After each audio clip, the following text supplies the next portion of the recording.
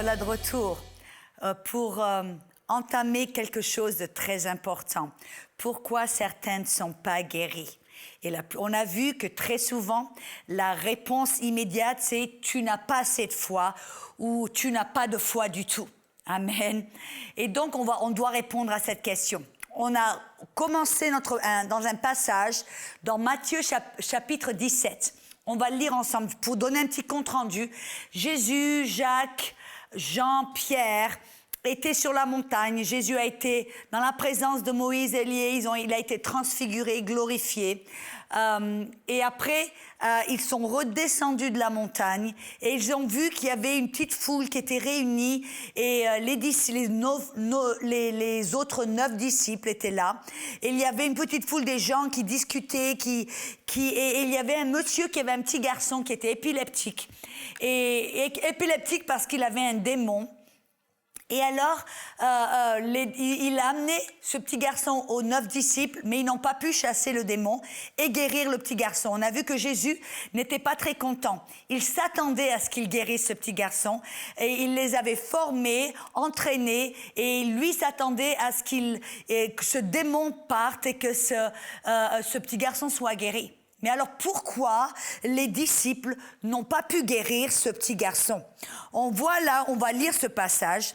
Lorsqu'ils furent arrivés près de la foule, un homme vint se jeter à genoux devant Jésus et dit « Seigneur, aie pitié de mon fils qui est lunatique et qui souffre cruellement. Il tombe souvent dans le feu et souvent dans l'eau. Je l'ai amené à tes disciples et ils n'ont pas pu le guérir. » Et Jésus a répondu, « Race incrédule et perverse, répondit Jésus. Jusqu'à quand serai-je avec vous? Jusqu'à quand vous supporterai-je? Amenez-moi ici. » Jésus parla sévèrement au démon qui sortit de lui et l'enfant fut guéri à l'heure même. Amen. Donc, on doit savoir pourquoi les disciples n'ont pas pu chasser le démon et guérir ce petit garçon. Très souvent, on voit Jésus nous dit, en fin de compte, dans le verset 20, si vous regardez un petit peu plus loin, parce que les disciples sont allés vers Jésus en secret, parce que bien sûr, il a dit, mais Jésus, mais pourquoi on ne pouvait pas chasser ce démon? Et qu'est-ce que Jésus a répondu? À cause de votre incrédulité. Car en vérité, je vous le dis, si vous avez de la foi comme un grain de moutarde, vous direz à cette montagne, transporte-toi d'ici et là, de là, et elle se transporterait, et rien ne vous serait impossible. Et alors là, Jésus leur révèle qu'ils ne pouvaient pas chasser le démon et guérir le petit garçon à cause de leur incrédulité. Et comme j'ai dit, la plupart des gens vont vous enseigner et vous dire que l'incrédulité, c'est ou un manque de foi total ou simplement un tout petit peu de foi. Mais alors là, on doit voir un petit peu, parce que Jésus a dit c'est leur incrédulité qui leur a empêché de guérir le garçon. Qu'est-ce que c'est l'incrédulité? Est-ce que l'incrédulité est un petit peu de foi? La vérité, c'est que ça ne peut pas être un tout petit peu de foi, parce que regardez ce que Jésus dit dans le verset 20. Il dit, si vous avez de la foi comme un grain de moutarde, vous parlerez à ce mûrier ou à cet arbre et cette montagne et lui commandera de se ôter, et vous obéirez. Donc Jésus là même, dans la même phrase, nous révèle qu'un tout petit peu de foi est suffisant pour accomplir l'impossible et des miracles. Donc on voit tout de suite que l'incrédulité, ça ne peut pas être un tout petit peu de foi. Alors qu'est-ce que c'est l'incrédulité? Il y a ceux qui vont dire, ouais, mais l'incrédulité, c'est pas de foi du tout. Voyez, moi, je dis non, pourquoi? Parce que quand on regarde la situation, les disciples, vous savez, les disciples, ils étaient juste revenus de la mission. Quand vous lisez cette histoire dans l'évangile de Luc, dans Luc chapitre 9, on voit dans Luc chapitre 9, verset 1, allons-y ensemble, que Jésus avait donné toute autorité et toute puissance sur toute la puissance du diable. En Luc 9, 1, la Bible nous dit que Jésus leur a donné toute puissance, toute autorité sur tous les démons. Alléluia. Regardons ensemble, parce que Luc chapitre 9, verset 1. C'est la même histoire maintenant dans l'évangile de Luc. C'est pour ça que c'est important d'aller d'un évangile à un autre, pour avoir la totalité de l'histoire. il dit, Jésus ayant assemblé les 12, leur donna une puissance et autorité et pouvoir sur tous les démons. Combien de démons? Tous les démons. Et alors, avec la puissance de guérir les malades. On voit quelques versets plus tard, dans le verset 6, qu'ils partirent, ils allèrent de village en village, annonçant la bonne nouvelle et opérant partout des miracles et des guérisons. Et vous savez, c'est même là, quand les disciples sont revenus, ébahis, et on dit, oh Jésus, même tous les démons sont assujettis à ton nom. Vous voyez? La question, c'est que les disciples étaient partis, on leur avait donné toute autorité et toute puissance contre tous les démons. Ils étaient partis pour annoncer la nouvelle, pour guérir, pour faire des miracles. Est-ce que vous pensez que les disciples avaient la foi? Est-ce que vous vous rappelez la première fois peut-être où vous avez prié pour quelqu'un, où vous avez amené quelqu'un au Seigneur, ou que vous avez prié pour un malade qu'il a été guéri? Qu'est-ce qui s'est passé? On en a parlé avant. Qu'est-ce qui s'est passé avec votre foi? Votre foi se fortifie. Amen.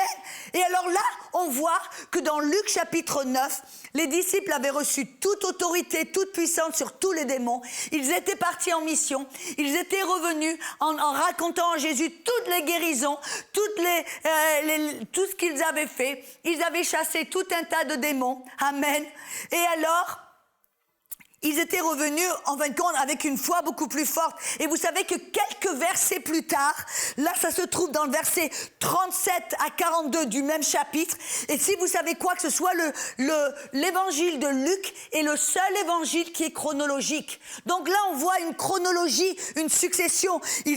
On leur a donné toute autorité sur tous les démons. Ils partent en mission, ils guérissent, ils chassent les démons, ils reviennent ébahis. Et quelques versets plus tard, verset 37 à 42, on leur amène un petit garçon qui a un démon.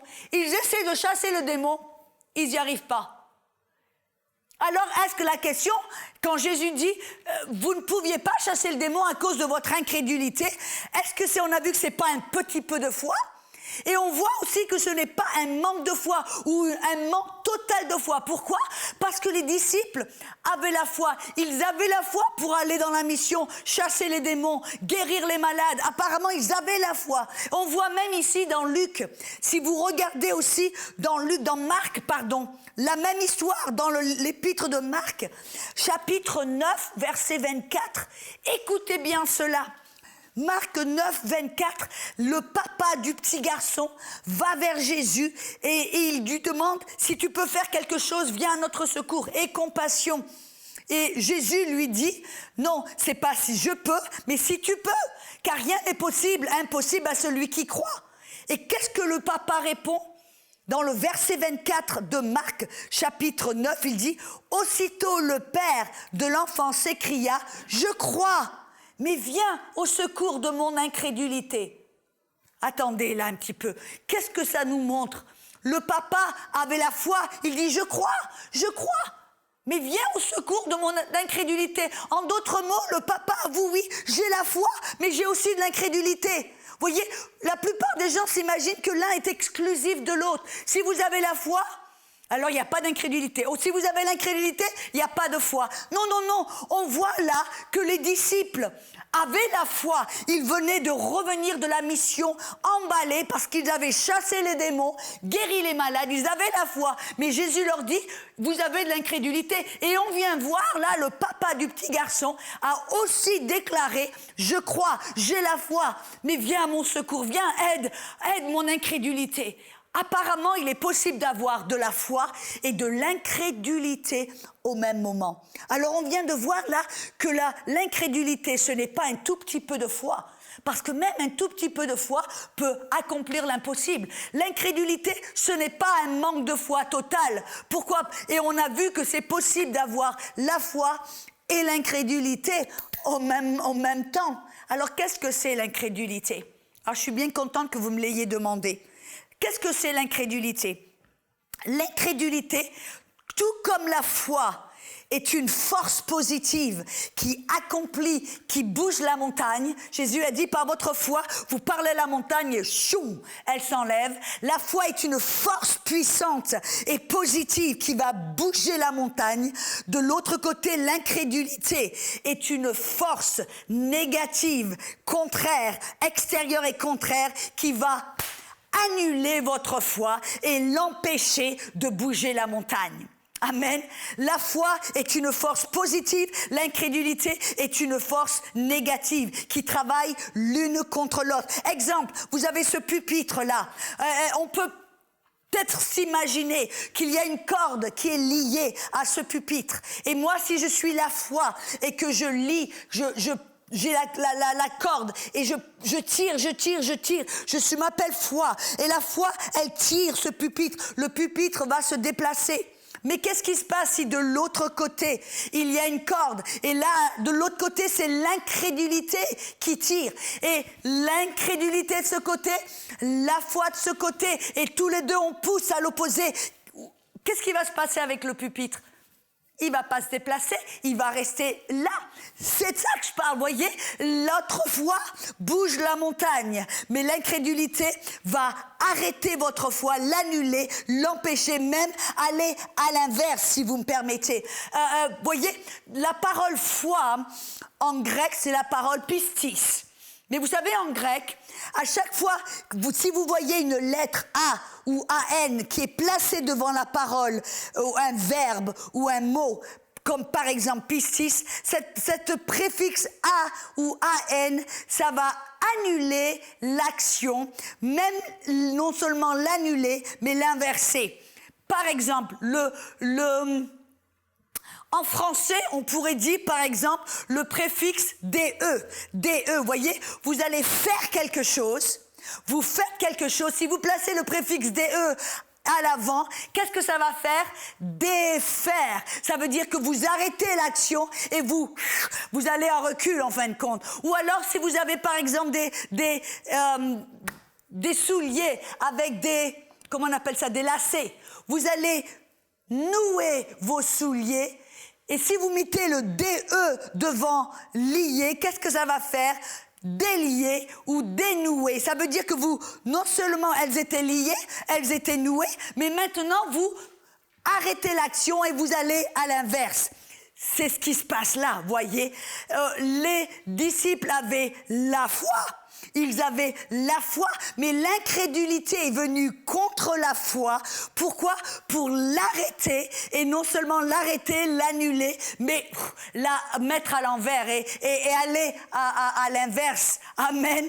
Par exemple, on voit, parce que très souvent les gens, quand ils ne sont pas guéris, on leur dit, tu as besoin de plus de foi, il te faut plus de foi, plus de foi, plus de foi. Et les gens me disent, mais quoi de plus je dois faire? Mais je crois que c'est la volonté, je crois que j'ai reçu, mais que de quoi de plus je dois faire? Et ils sont frustrés parce qu'ils savent plus où aller de là. Mais voyez, la vérité, c'est que très souvent, vous avez la foi, mais votre foi ne fonctionne pas. Pourquoi? Parce qu'avec votre foi, tout d'un coup, il y a de l'incrédulité qui vient contre votre foi pour l'annuler, l'arrêter et vous faire marche arrière, en fin de compte. Amen. Exemple. Regardons un exemple très précis. C'est arrivé à Jésus, vous savez. Si on regarde dans Marc chapitre 8, versets 22 à 26. Jésus ils se rendirent à Bethsaïda et on amena vers Jésus un aveugle et on le pria de toucher cet aveugle. Alors Jésus prit l'aveugle par la main, il le conduisit hors du village. Puis il lui mit de la salive sur les yeux, lui imposa les mains et lui demanda s'il voyait quelque chose. Il regarda et dit, j'aperçois les hommes, mais j'en vois comme des arbres. Et qui marche? Alors Jésus lui mit de nouveau les mains sur les yeux. Et quand l'aveugle regarda fixement, il fut guéri et vit tout distinctement. Alors Jésus le renvoya dans sa maison en disant, n'entre pas dans le village et ne parle à personne. Alors là, c'est intéressant. Pourquoi Est-ce que Jésus, qui était un homme très occupé, qui avait pas mal de choses à faire, qui avait à avoir à faire avec des foules, pourquoi a-t-il pris le temps? Il était à Bethsaïda et il a vu ce petit aveugle. Pourquoi a-t-il pris le temps de le prendre par la main et de marcher avec lui pendant, je ne sais pas combien de temps, hors du village, peut-être 1 kilomètre, peut-être 2 kilomètres, peut-être plus, je ne sais pas. Pourquoi Jésus a-t-il pris le temps de prendre cet homme par la main et de marcher avec lui pendant une petite distance pour l'emmener hors du village? Pourquoi? Parce que ce village de Bethsaïda était rempli d'incrédulité. Comment sait-on ça? La Bible nous le dit, Jésus lui-même le dit dans Luc chapitre 10, verset 13, ou Matthieu chapitre 11, verset 21.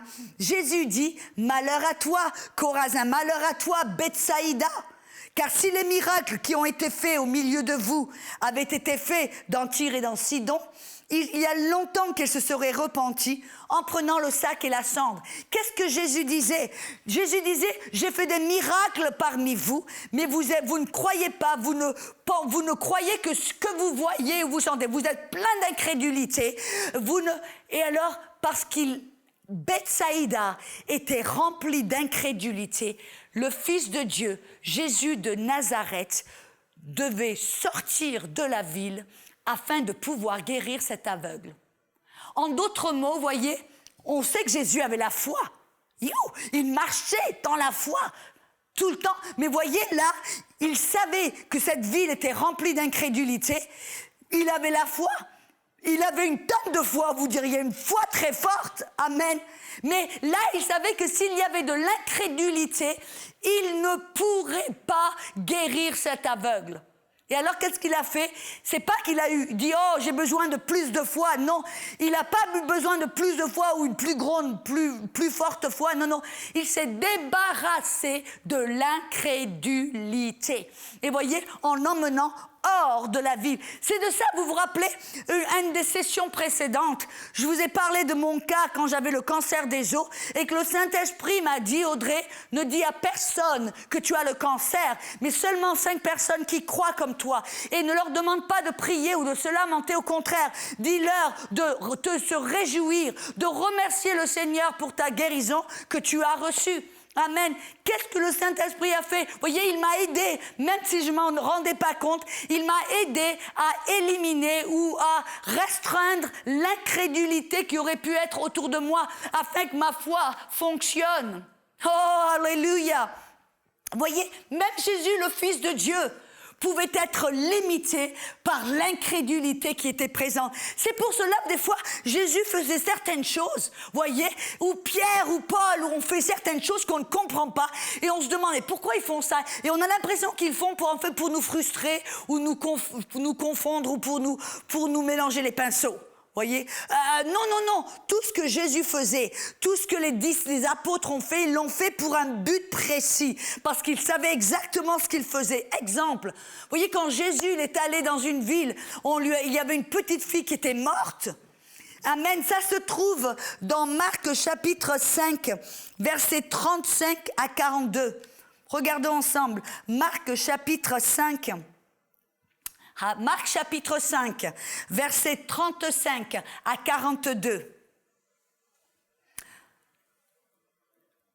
Comme il parlait, survinrent de chez le chef de la synagogue des gens qui dirent « Ta fille est morte, pourquoi importuner davantage le maître ?» Mais Jésus, sans tenir compte de ces paroles, dit au chef de la synagogue « Ne crains pas, crois seulement. » Et le verset 37, « Il ne permit à personne de l'accompagner, si ce n'est Pierre, Jacques et Jean, frère de Jacques. » Apparemment, vous vous rappelez, c'était les 3 qui étaient avec lui sur la montagne de transfiguration. Apparemment, ces 3 disciples avaient beaucoup moins d'incrédulité. Amen. Alléluia. Et donc, il a emmené Pierre, Jacques et Jean avec lui. Il entra et leur dit, « Pourquoi faites-vous du bruit? Et pourquoi pleurez-vous? L'enfant n'est pas morte, elle dort. » Et alors, du pleur, ils ont été à la moquerie, et il se moquait de lui. Et alors, ayant fait sortir tout le monde, il prit avec lui le père et la mère de l'enfant, ceux qui l'accompagnaient, il entra où était l'enfant. Pourquoi est-ce que Jésus, il est arrivé sur scène, il leur a dit, mais pleurez pas, elle n'est pas morte, elle dort. Et ils ont du pleur, ils se sont marrés. Et qu'est-ce que Jésus a fait? Il a dit, OK, tout le monde dehors. Il a fait du balayage. C'était pas parce que Jésus voulait offenser les gens ou... Non, il avait un but précis. Il voulait éliminer l'incrédulité afin de pouvoir ressusciter cette petite fille des morts. Voyez? Et c'est la même chose que Pierre a fait quand il a ressuscité une petite fille. Il est arrivé, ou non, quand il a ressuscité Dorcas. Il a ressuscité une dame qui faisait du bien, qui faisait des vêtements. Et tout le monde là pleurnichait, tout le monde pleurait. Bon, mais d'accord.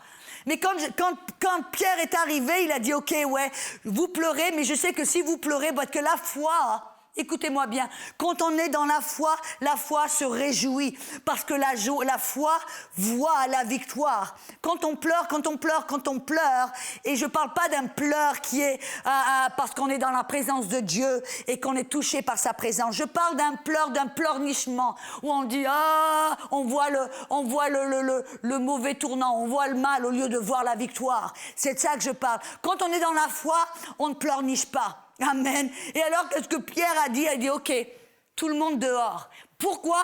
Parce qu'il savait, vous voyez, il l'avait appris de Jésus. Il savait qu'afin de pouvoir ressusciter cette femme des morts, il avait la foi, mais il devait se débarrasser de l'incrédulité. Amen. Alléluia. Donc, sans plus tarder, parce que je sais ce que vous êtes en train de penser. OK, aujourd'hui, Audrey, tu nous dis que l'incrédulité, c'est pas une petite foi, c'est pas un manque de foi, c'est une force négative, extérieure et opposée qui va contre ta foi pour l'annuler, l'arrêter et même la mettre au recul, à l'inverse. Alors, qu'est-ce que c'est?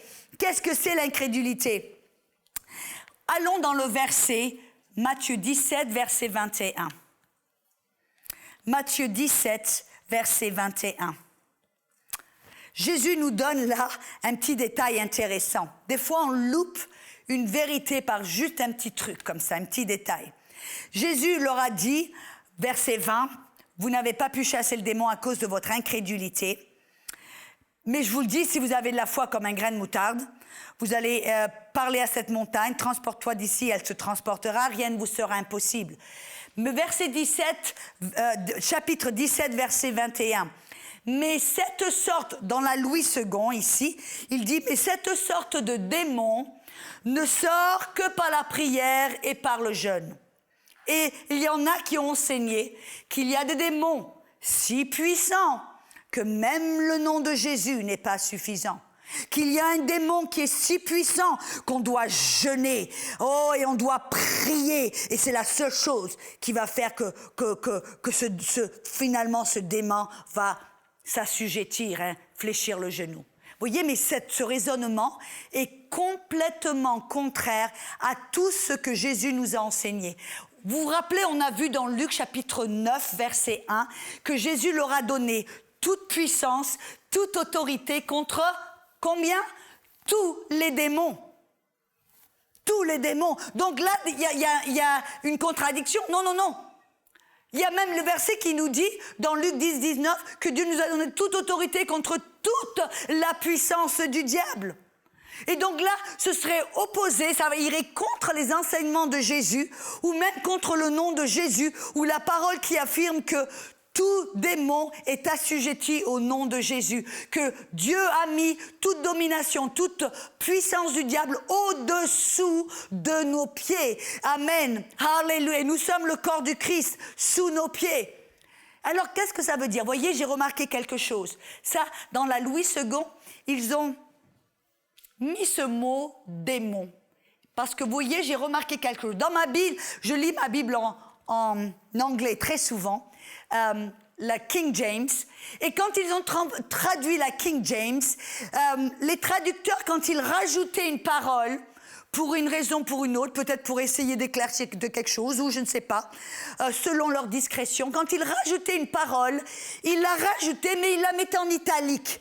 Ça veut dire que le lecteur, quand il voyait le verset, il voyait une parole en italique, il savait automatiquement que ce mot n'appartenait pas aux textes originels. Amen.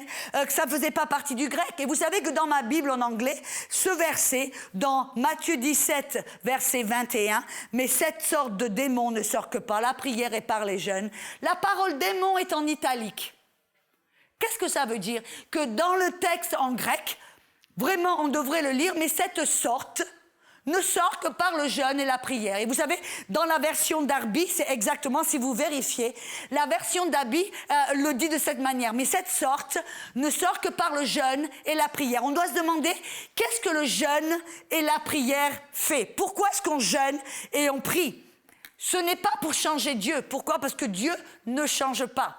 Il est le même hier, aujourd'hui et pour toujours. On ne jeûne pas pour changer Dieu, lui forcer la main, ou alors le faire en sorte qu'on est tellement décrépit et maigri que tout d'un coup Dieu, il va avoir de la peine pour nous. Il va dire, oh ben ok, je vais leur donner la guérison. Oh enfin, je vais faire quelque chose pour eux. Non, non, non. Pourquoi est-ce qu'on jeûne et qu'on prie? Pourquoi? Pourquoi on jeûne et on prie? Pourquoi? Pour dominer notre chair. C'est notre chair qui aime manger. C'est notre chair qui aime dominer. C'est notre chair qui aime prendre le dessus sur notre esprit. Et alors Paul nous a appelés à crucifier notre chair, à assujettir notre chair. Et comment peut-on crucifier notre chair, assujettir notre chair? On peut le faire en jeûnant. Pourquoi? Vous voyez, quand vous avez faim et que vous décidez, oh, je vais jeûner aujourd'hui, je vais jeûner le petit déjeuner, qu'est-ce que votre chair va dire? Oh non, je vais mourir. Oh non, si tu ne manges pas, tu vas mourir. Qu'est-ce que vous devriez faire pour crucifier votre chair? Dis, chair, tais-toi. Ferme le clapet, tais-toi. Si tu ne t'arrêtes pas, chair, je vais jeûner le déjeuner. Au déjeuner, la chair va dire, oh, 2 repas, oh, je ne l'ai jamais fait, je peux pas, oh, mon cœur va battre, oh, tu vas mourir. Chair, tais-toi. Si tu ne te tais pas, je vais jeûner toute la journée. Non seulement toute la journée, mais 3 jours. Vous savez qu'est-ce que votre chair va faire? Elle ne va plus rien dire. C'est de cette manière que vous allez assujettir et crucifier votre chair et commencer à être dominé par votre esprit. Et c'est ça la prière aussi. Et on jeûne et on prie, parce que quand on jeûne, on crucifie la chair, on est dominé par l'esprit. Amen. Et maintenant, on peut entendre Dieu. Maintenant, on peut parler avec Dieu. On est plus sensible, on est plus à l'écoute de ce que l'esprit veut faire, de ce que le Saint-Esprit nous dit. Amen. Alléluia. Et comme c'est pas Dieu qui change, c'est nous qui changeons. Le jeûne et la prière vont nous changer. Alléluia. Alléluia. Alléluia. Alors on voit ici que quand Jésus nous dit cette sorte ne sort que par le jeûne et la prière, on doit se poser la question, cette sorte de quoi? Cette sorte de quoi? Je pourrais ajouter que c'est le jeûne et la prière vont faire en sorte que vous allez vous débarrasser ou limiter l'incrédulité, afin d'être dominé par votre esprit. Donc, si vous me permettez, quand Jésus dit « cette sorte ne sort que par le jeûne et la prière », on pourrait vraiment rajouter « cette sorte d'incrédulité ne sort que par le jeûne et la prière ». Et alors, vous vous débarrasserez de cette sorte de démon. Et de quelle sorte de démon? Vous voyez que ça nous révèle quelque chose là. Ça nous révèle quelque chose d'important. Quand Jésus dit cette sorte d'incrédulité, entre parenthèses, cette sorte d'incrédulité ne sort que par le jeûne et la prière, ça nous montre quelque chose, qu'il y a différentes sortes d'incrédulité. Rappelez-vous ce qu'est l'incrédulité. C'est une force négative qui va aller contre votre foi pour non seulement l'arrêter, l'annuler, mais lui faire marche arrière. Amen. Pour aller à l'arrière. Cette sorte d'incrédulité. Donc ça nous montre qu'il y a différentes sortes d'incrédulité. Il y a différentes sortes de forces négatives extérieures qui vont aller contre votre foi pour l'arrêter. Contre différentes sortes d'incrédulité. Amen. Alors, dans cette session, on a 26 minutes de plus. On va essayer de découvrir quelles sont les différentes sortes d'incrédulité. Au travers de mes études bibliques, j'ai découvert, et il y en a peut-être plus, mais c'est ce que j'ai découvert. J'ai découvert qu'il y avait, en fin de compte, je regarde très vite, 4 sortes d'incrédulité. 4 sortes d'incrédulité. commençons par la première sorte d'incrédulité. Cette sorte d'incrédulité laquelle Jésus parle, cette sorte d'incrédulité de laquelle on se débarrasse au travers du jeûne et de la prière. Regardons un petit peu ensemble. Allons dans Marc chapitre 9. Marc chapitre 9. Apparemment, cette sorte d'incrédulité a arrêté et annulé la foi des disciples, de sorte qu'ils ne pouvaient pas chasser ce démon, et ce démon ne sortait pas. Et alors, quelle sorte d'incrédulité? Dans Marc chapitre 9, alléluia, verset 18, Marc 9, verset 18 et 20. On découvre là, regardons un petit peu la scène. Des fois, c'est important, quand vous lisez un passage, d'essayer de vous mettre à la place. Qu'est-ce que je veux dire par là? Essayez de vous voir au milieu de la scène. Qu'est-ce qui s'est passé? Qu'est-ce que les disciples faisaient? Qu'est-ce que le papa faisait? Qu'est-ce qui s'est passé? Et quand on essaie de faire partie, tu voyais quand, par exemple, un inspecteur essaie de comprendre un crime, il essaie de se mettre à la place, de voir qu'est-ce qui aurait pu se passer, qu'est-ce qu'il pensait, qu'est-ce qu'il faisait, afin de pouvoir comprendre pourquoi ils ont fait ce qu'ils ont fait. Amen. Alors, essayons de nous mettre ici, de nous impliquer dans ce passage pour voir exactement ce qui s'est passé. Là, Jésus était en haut, sur la montagne. Les disciples, les 9 disciples, ils avaient la foi, mais leur foi a été arrêtée par un genre d'incrédulité. Qu'est-ce qui s'est passé? Le petit garçon, ils ont emmené ce petit garçon vers eux. Et est-ce que vous avez déjà rencontré un épileptique ou assisté à une crise d'épilepsie? Qu'est-ce qui se passe? Quelqu'un qui a une crise d'épilepsie, tout d'un coup, va se jeter par terre, peut-être se rouler, se raidir, le corps va se raidir et s'endurcir. Peut-être qu'ils vont commencer à écumer de la bouche, leurs yeux vont se tourner, ils vont commencer à faire tout un tas de choses qui sont un petit peu paniquantes.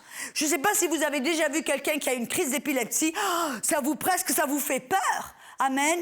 Et alors, qu'est-ce qui s'est passé? La Bible nous le dit là, dans Marc chapitre 9, dans le verset 18, le papa explique, il dit, en quelques lieux que ce démon saisisse mon garçon, il le jette par terre. L'enfant écume, grince des dents et devient tout raide.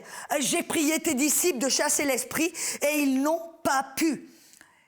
Et dans le verset 20, il dit, et aussitôt que l'enfant vit Jésus, l'esprit l'agita avec violence, il tomba par terre et se roulant en écumant.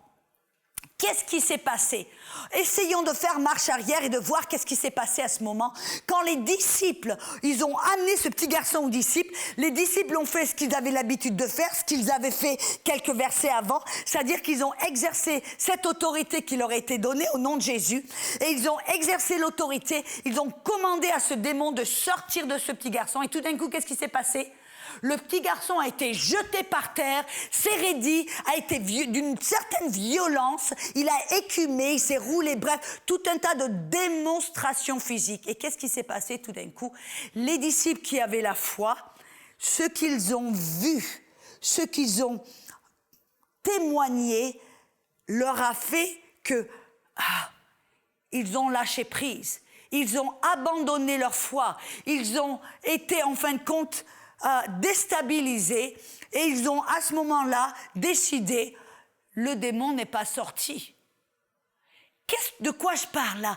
De quel genre d'incrédulité? Ce genre d'incrédulité qui fait en sorte que vous êtes dominé par vos 5 sens. Vous êtes dominé par ce que vous voyez, ce que vous sentez, ce que vous entendez, ce que vous goûtez, bref, les 5 sens. Et alors là, on voit que les disciples ont chassé le démon, ils avaient la foi, ou alors ils ne l'auraient jamais chassé, ils n'auraient jamais rien fait s'ils n'avaient pas la foi. Non, ils ont chassé le démon, mais le démon a fait en sorte que le petit garçon a commencé avec violence à se manifester, à se rouler, à écumer, et les disciples ont abandonné leur foi, on dit « le démon n'est pas sorti ». Vous vous rappelez l'expérience que j'ai partagée avec vous quand j'étais en Inde, que j'ai chassé un démon d'une dame qui agissait comme un serpent. Amen. Ça a été exactement mon expérience. J'ai chassé le démon parce que je savais, j'avais la foi. Je savais que ce démon était assujetti au nom de Jésus. Mais tout d'un coup, parce qu'au lieu d'être délivré, ça a été de pire en pire. Qu'est-ce qui s'est passé dans mon cœur? Ah, le démon n'est pas sorti. Le démon n'est pas sorti. Il n'est pas assujetti au nom de Jésus. Oh, il n'y a rien qui se passe. Et j'ai continué. Et c'est là que Jésus m'a dit, tu marches par la vue et non par la foi. Voyez, ça, marcher, être dominé par les 5 sens, est un genre d'incrédulité qui très souvent, et surtout quand ça vient à la guérison et à notre corps, ce genre d'incrédulité va nous dominer et va faire en sorte que ça va annuler votre foi. Vous avez la foi, vous croyez que c'est la volonté de Dieu d'être guéri, vous croyez que vous l'avez, mais tout d'un coup, ce genre d'incrédulité vient si fort que si vous n'êtes pas dominé par votre esprit, vous devenez dominé par les 5 sens. Et ce genre d'incrédulité va arrêter votre foi. Comme Pierre, quand il a marché sur l'eau, exactement la même chose. Il avait la foi, n'est-ce pas? Il a marché sur l'eau, plus que certains d'entre nous sommes capables de faire. Il a marché sur l'eau, il avait la foi. Mais tout d'un coup, qu'est-ce qui s'est passé? Il a senti les vagues et la mer. Il a entendu le vent. Oh, il a senti le vent. Et tout d'un coup, parce qu'il a fixé son attention, il a été dominé par ce qu'il voyait et ressentait. Ce genre d'incrédulité ont annulé la foi qu'il avait. Amen. Donc, dans ce sens-là, quel est l'antidote? Et Jésus nous la donne. Et c'est ce qu'il dit, ce genre d'incrédulité, vous vous en débarrasserez en jeûnant et en priant. Parce qu'en jeûnant et en priant, vous allez commencer à être plus dominé par votre esprit au lieu que d'être dominé par votre chair. Amen. Mais ça nous révèle aussi que si c'est un genre d'incrédulité, il y en a d'autres. Quels sont les autres genres d'incrédulité? J'ai découvert aussi que la peur et les soucis sont un genre d'incrédulité. La peur est très forte. Vous vous rappelez quand le papa qui avait une petite fille qui était sur le point de mourir, et il est allé vers Jésus. Et il était en route pour aller guérir cette petite fille. Et tout d'un coup, les serviteurs de ce monsieur sont venus et ont dit « Dérange pas le maître, ta fille est morte. » Et Jésus s'est tourné immédiatement vers le papa et lui a dit « Ne crains rien ou n'aie pas peur, crois seulement. » Vous savez ce que ça me révèle? Ça me révèle que vous pouvez croire et avoir peur au même moment. Vous pouvez croire, avoir la foi, mais il peut y avoir la peur qui vient vous envahir. Et ce qui est le plus fort, ce qui domine, c'est ce qui va gagner. Si votre foi est plus forte, alors votre foi va aller et va dominer cette peur. Mais si vous êtes plus charnel, que vous avez tendance à être dominé par la peur, cette peur va annuler, arrêter votre foi et l'annuler. Vous voyez ce que je veux dire? C'est ce que la Bible... Écoutez, regardez un petit peu dans Marc chapitre 5. Marc chapitre 5. Donc le fait, c'est que vous n'avez pas besoin de plus de foi, vous avez besoin de vous débarrasser de cette incrédulité, de vous débarrasser de la peur. Dans Marc chapitre 5, verset 36... c'est le verset dont on a parlé. Pour votre référence, ne crains pas, crois seulement. Jésus n'aurait pas dit « ne crains pas, mais crois seulement » s'il n'était pas possible d'avoir la foi et l'incrédulité là présent au même moment, n'est-ce pas? Jésus aurait simplement dit « crois seulement » ou « n'aie pas peur ». Marc chapitre 4, verset 19. Je vous pose une question. Comment obtenir la foi? On en a parlé avant. Comment est-ce que l'on obtient notre foi? Au travers de la parole. On a vu Romains 10, 17 que la foi vient de ce que l'on entend vient de la parole de Dieu. On a la foi au sujet de la guérison quand on ouvre cette fenêtre spirituelle et qu'on découvre la vérité spirituelle dans la parole, car ces paroles sont esprit et nous révèlent la vérité spirituelle. Amen. Donc c'est la parole qui nous donne cette foi, qui nous donne cette conviction, cette persuasion, cette assurance, ce savoir. On sait que l'on sait que l'on sait. Amen. Et alors là, Marc, chapitre 4, verset 19, il parle de la parabole du semeur. La parabole du semeur. Et là, il nous dit dans le verset 19, en qui les soucis du siècle, la séduction des richesses et l'invasion des autres convoitises étouffent la parole et la rendent infructueuse. En d'autres mots, vous pourriez dire, si la parole apporte ou vous donne la foi, si les soucis du siècle étouffent la parole, ça veut dire que les soucis du siècle vont étouffer, annuler votre foi. Parce que c'est la parole qui donne la foi. Vous voyez ce que je veux dire? Alors là, on voit que la peur et les soucis est un genre d'incrédulité qui peut envahir votre cœur pour étouffer, pour annuler votre foi. Et alors, ma question est comment on s'en débarrasse? Quel est l'antidote pour ce genre d'incrédulité, pour la peur, les soucis? Jésus nous le dit, vous vous rappelez dans Matthieu 6. Dans Matthieu 6, Jésus nous dit, ne vous faites aucun souci, n'ayez pas peur. N'ayez aucun souci. Regardez les petits moineaux des champs. Ils ne moissonnent pas, ils ne sèment pas. Mais votre papa, qui est fidèle, les nourrit tous les jours. Ou alors regardez les lys des champs, les fleurs des champs. Ils ne tissent pas, mais votre papa les a vêtus bien meilleurs que Salomon dans toute sa splendeur. Qu'est-ce que Jésus disait? N'ayez pas peur. N'ayez pas de soucis, n'ayez pas peur. Au lieu d'avoir peur, fixez-vous, concentrez-vous sur la fidélité de votre Père. Et si votre Père est fidèle et il est bon, il nourrit les petits moineaux, il va vêtir les fleurs des champs, à combien plus forte raison va-t-il bien prendre soin de vous? Voyez, c'est ce que Sarah a fait quand Dieu lui a dit qu'elle allait lui a fait une promesse, lui a dit qu'elle allait enfanter un enfant, elle avait 90 ans. La Bible nous dit dans Hébreux 11 que Sarah a été forte, elle a reçu de la force et elle a conçu cet enfant. Pourquoi? Parce qu'elle a considéré Dieu fidèle. Comment l'a-t-elle considéré fidèle? Elle s'est souvenue de tous ces témoignages, de tout ce que Dieu avait fait pour elle. Elle s'est rappelée, tu te rappelles quand on a traversé, qu'il y avait des nations qui nous ont attaqués, comment Dieu nous a défendus. Tu te rappelles comment Dieu a pourvu à tous nos besoins. Tu te rappelles quand tu as été mis Sarah dans le harem de Elimelech et de Pharaon, comment Dieu est venu à ton secours, sans que tu fasses quoi que ce soit, Dieu t'a défendu.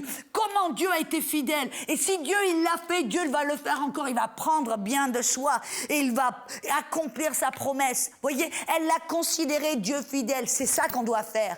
Dans votre situation, dans n'importe quelle situation, si vous commencez à être envahi par la peur, et vous savez en fin de compte la promesse de Dieu, mais tout d'un coup la peur vient, les soucis viennent, les tracas viennent. Comment vous en débarrasser? Arrêtez-vous et commencez à méditer sur la fidélité de Dieu. Comment méditer sur la fidélité de Dieu? Comme Sarah l'a fait, rappelez-vous de ce que Dieu a fait pour vous. Comment il a pour vous besoin. Comment il a guéri votre enfant. Comment il a fait ceci. Comment il a fait cela. C'est pour ça que c'est tellement important, des fois, d'écrire vos témoignages. Certaines personnes gardent un journal et ils écrivent à chaque fois que Dieu fait quelque chose dans leur vie, que ce soit petit ou grand. Ils écrivent et c'est au moment là où la peur essaie de vous envahir, ouvrez votre journal, lisez ces témoignages, nourrissez. Qu'est-ce que ça va faire? Ça va chasser la peur et les soucis, en sorte que votre foi puisse fonctionner et accomplir la parole de Dieu. Amen. Alléluia. Un des autres genres d'incrédulité, c'est l'offense. L'offense. Qu'est-ce que c'est l'offense? C'est quand quelqu'un vous a fait quelque chose et que dans votre cœur vous êtes offensé, vous êtes meurtri, vous êtes... il y a quelque chose...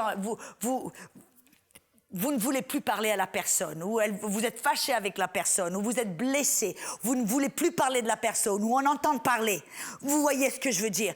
Cette offense est un genre d'incrédulité. Rappelez-vous qu'est-ce que c'est? C'est une force négative, extérieure, quelque chose qui va essayer d'annuler votre foi, de l'arrêter, de l'empêcher de produire des résultats.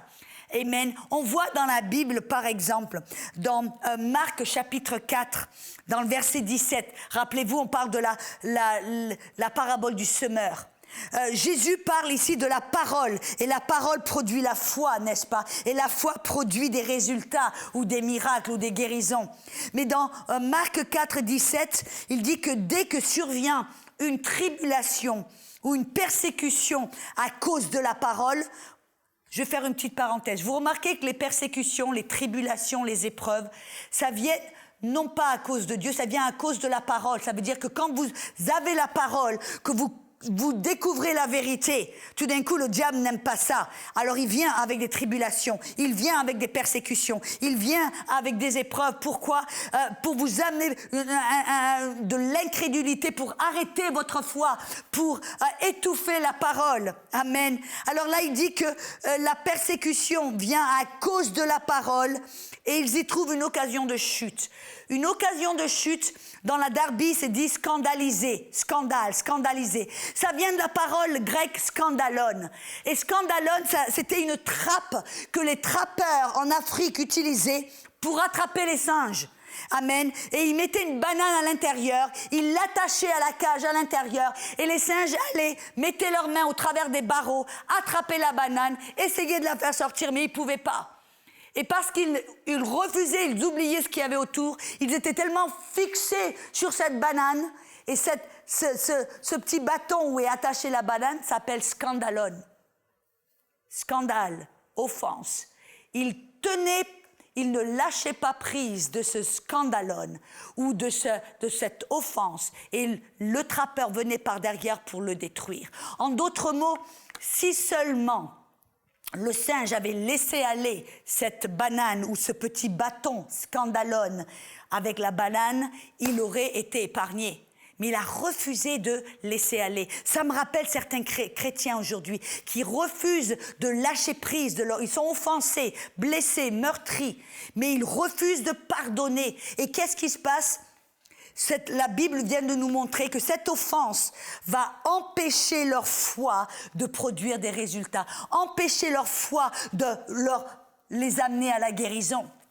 Écoutez ce que Jésus a dit dans Marc, chapitre 6, versets 3 à 6, on voit que Jésus était dans sa ville natale, dans la synagogue, et que là, il voulait faire des miracles. Mais qu'est-ce qui s'est passé? Les gens de la ville l'ont regardé en disant, mais lui, c'est pas le fils du charpentier?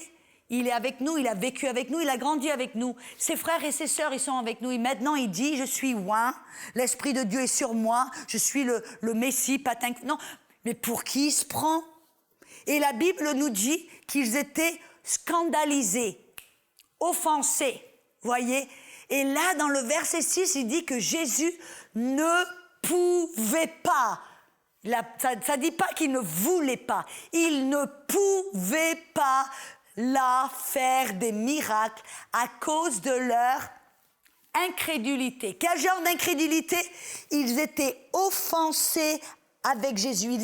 Ils refusaient de l'accepter comme Messie. Ils étaient offensés, scandalisés avec lui. Et alors, ce genre d'incrédulité a empêché la foi de Jésus d'opérer des miracles, de guérir les malades. Alléluia!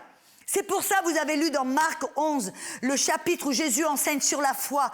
On voit dans verset 23, Jésus dit, parle à la montagne, commande-lui de sauter. Verset 24, il dit, quand tu pries, crois que tu reçois, tu le verras s'accomplir. Mais dans le verset 25, il dit, oh, au fait, si vous avez quoi que ce soit contre quiconque, pardonne. Pourquoi? Parce que l'offense est un genre d'incrédulité qui va empêcher votre foi de fonctionner et de produire quoi que ce soit. Alléluia. Un genre d'incrédulité, cette offense. Alléluia. C'est pour cela que c'est tellement important. Et quel est l'antidote? Le pardon. Le pardon. La Bible dit dans Galates, je crois que ça se trouve dans Galates 5:6. Galates 5:6 dit que la foi opère par l'amour. La foi opère par l'amour. Vous savez qu'est-ce que ça veut dire? Que si la foi opère par l'amour, alors la foi s'arrête d'opérer par un manque d'amour ou par l'offense.